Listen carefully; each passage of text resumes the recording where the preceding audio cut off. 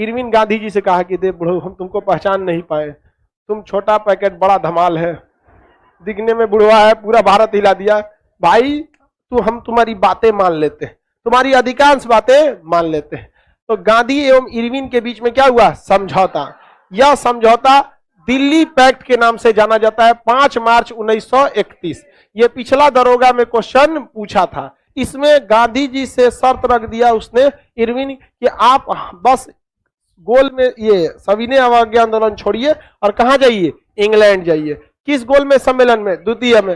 पहला में गए थे तो दूसरा में चल जो गांधी जी, हमारा नौकरी का सवाल है। तो गांधी जी ने कहा ठीक है, आप एक कैदियों को क्या करना पड़ेगा? रिहा करना पड़ेगा। तो इरविनवा गेम खेल गया, उसने क्या कर दिया? राजनीतिक कैदियों को छोड़ेंगे। क्या वो भगत सिंह को छोड़ा? नहीं, क्योंकि भगत सिंह पर आपराधिक मुकदमा था, राजनीतिक मुकदमा नहीं था। तो इरविन यहां गेम खेल दिया। यही अब एक बात, अब जरा अपने मन से सोचिए, महात्मा गांधी के सामने देश के विभाजन की एक नींव रखी गई थी कि नहीं? कम्युनल अवार्ड के तहत 1932 में क्या महात्मा गांधी ने विभाजन होने दिया? याद कीजिए, अब अपने मन से सोचिए, यदि 1919 में 9 में जब मुसलमानों को अलग क्षेत्र दिया जा रहा था, अगर उस समय गांधी रहते तो आज भारत का इतिहास नहीं, भूगोल भी बदल गया होता। कभी नहीं होने देते, डट जाते हैं। जीनवा को कहते रहे चट्टा, कहीं कहता रहा जीन, यहाँ पे चिराग में डाल देंगे फिर से इसे रगड़ के तरह। अलाउद्दीन के चिराग में नहीं निकलता था जीन, हम डाल के चिराग में बहवा देंगे रावी नदी में, चल जाएगा तो कहीं और। लेकिन महात्मा गांधी जो थे, मतलब उस समय अफ्रीका में थे, 1915 में तो यहाँ आए थे। तो ये जो उस समय लोग थे जो पाकिस्तान, हाय पाकिस्तान, पाकिस्तान को गरियाते हैं, उनसे पूछिए कि 1909 में जब पाकिस्तान की बीज बोई जा रही थी तो आपकी बुद्धि भ्रष्ट थी? गांधी समझदार थे कि नहीं? 1932 में भी लड़ के, भूख हड़ताल करके। तो उस समय तो बाकी नेता भी तो थे, मोतीलाल नेहरू भी थे, जवाहरलाल नेहरू भी थे, सरदार पटेल भी थे, सुभाष चंद्र बोस भी थे। लेकिन इसके लिए कोई धन्यवाद नहीं देगा।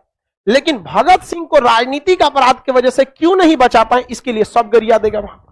तो बात ये हकीकत है कि गांधी से गलती हुई थी। वो चाहते तो भगत सिंह को रिजिड हो जाते तो बचा लेते। इतना बड़ा बड़ा प्रधानमंत्री का फैसला पर लटवा देते हैं भूख हड़ताल करके, एक हुआ बैठ जाते हैं कि भगत सिंह को छोड़िए नहीं तो। लेकिन दिक्कत क्या था? भगत सिंह खुद महात्मा गांधी का वैल्यू नहीं करते, कहते थे एक गाल पे मारे तो सरकार देंगे, बम मार देंगे हम गाल पे।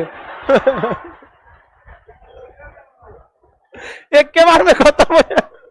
मतलब कहने का सेंस, भगत सिंह क्या थे? गरम दल वाले, और महात्मा गांधी नरम दल। दोनों में वैचारिक मतभेद ज्यादा था।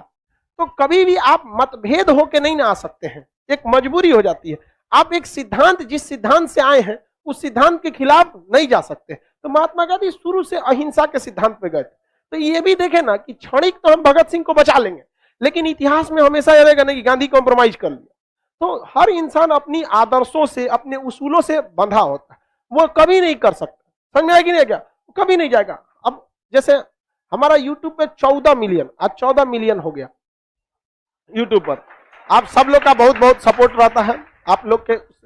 लेकिन आज तक, आज भी बड़ी बड़ी जो कंपनियां हैं वो कहती है कि आप हमारे लिए प्रचार कर दीजिए। देखिएगा बहुत सारे लोग दूसरे चैनल का प्रचार करते हैं, उनके ब्रांड का, ये देखिए ऐड कर लीजिए, दीपावली में आ रहा है सर आप एक बार ये बोल दीजिएगा, ये देंगे, करोड़ों रुपया ऑफर कर देते हैं।